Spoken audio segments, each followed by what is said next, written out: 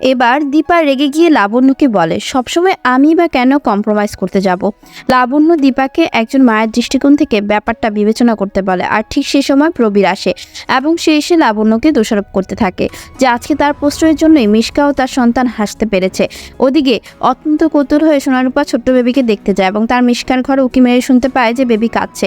মিশকা ব্যাপারটা টের পেয়ে আশ্রমে যাওয়ার অভিনয় করতে হবে, আর সেটা না বুঝতে পেরে সোনারূপা ঘরে আসে এবং ছোট্ট বেবিকে ঘর থেকে তুলে আদর করতে থাকে। ছোট্ট বাবুকে হাতে পেয়ে ওরা ভীষণভাবে খুশি হয়ে যায়। ঠিক সেই সময় মিশকা তাড়াহুড়া করে ঘরে প্রবেশ করে সোনা পালিয়ে যায়, কিন্তু রূপাকে মিশকা অত্যন্ত বকাঝকা করে যে কেন বেবিকে ওইভাবে নিয়েছে। রূপা তাকে পচানটি বলে রাগ করে তার হাতে বেবি দিয়ে ঘর থেকে চলে যায়।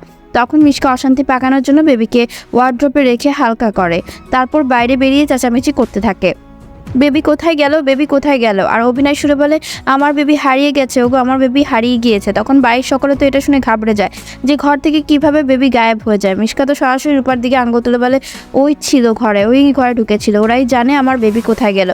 সোনারূপাকে দীপা বকাবকি শুরু করলে পরে সোনারূপা বলেন, না, পচা আন্টি মিথ্যা কথা বলছে, ওর কথা বিশ্বাস করো না কেউ। এরপরে সূর্য দীপা সকালে দৌড়ে উপরে যায় বেবিটাকে খোঁজার জন্য। আর এক পর্যায়ে দীপার চোখে পড়ে ওয়ার্ড্রপের দিকে। তখনই দীপা বলে ওঠে, ওই তো ওখানে বেবি। সূর্য দৌড়ে যায় এবং বেবিকে বের করে নিয়ে আসে। তখন কেউ বুঝতে উঠতে পারে না যে বেবি ওয়ার্ড্রপের ভিতরে কি করে গেল। মিশকা তখনও সোনারূপার দিকে আঙ্গুল তুলে বলেছে, ওরাই সবটা জানে, ওরাই আমার বেবিটাকে ওখানে রেখেছে। তখন দীপা ঝগড়া করে মিশকার সঙ্গে যে খবরদার আমার মেয়ের নামে উল্টাপাল্টা কথা বলবে না। সেই সময় সোনারূপা বলে, পচানটি মিথ্যা কথা বলবে না।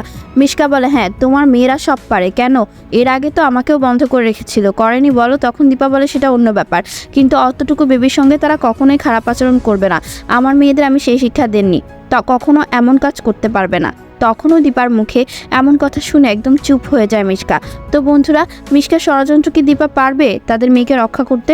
অবশ্যই কমেন্ট করে জানাবেন। ধন্যবাদ সবাইকে।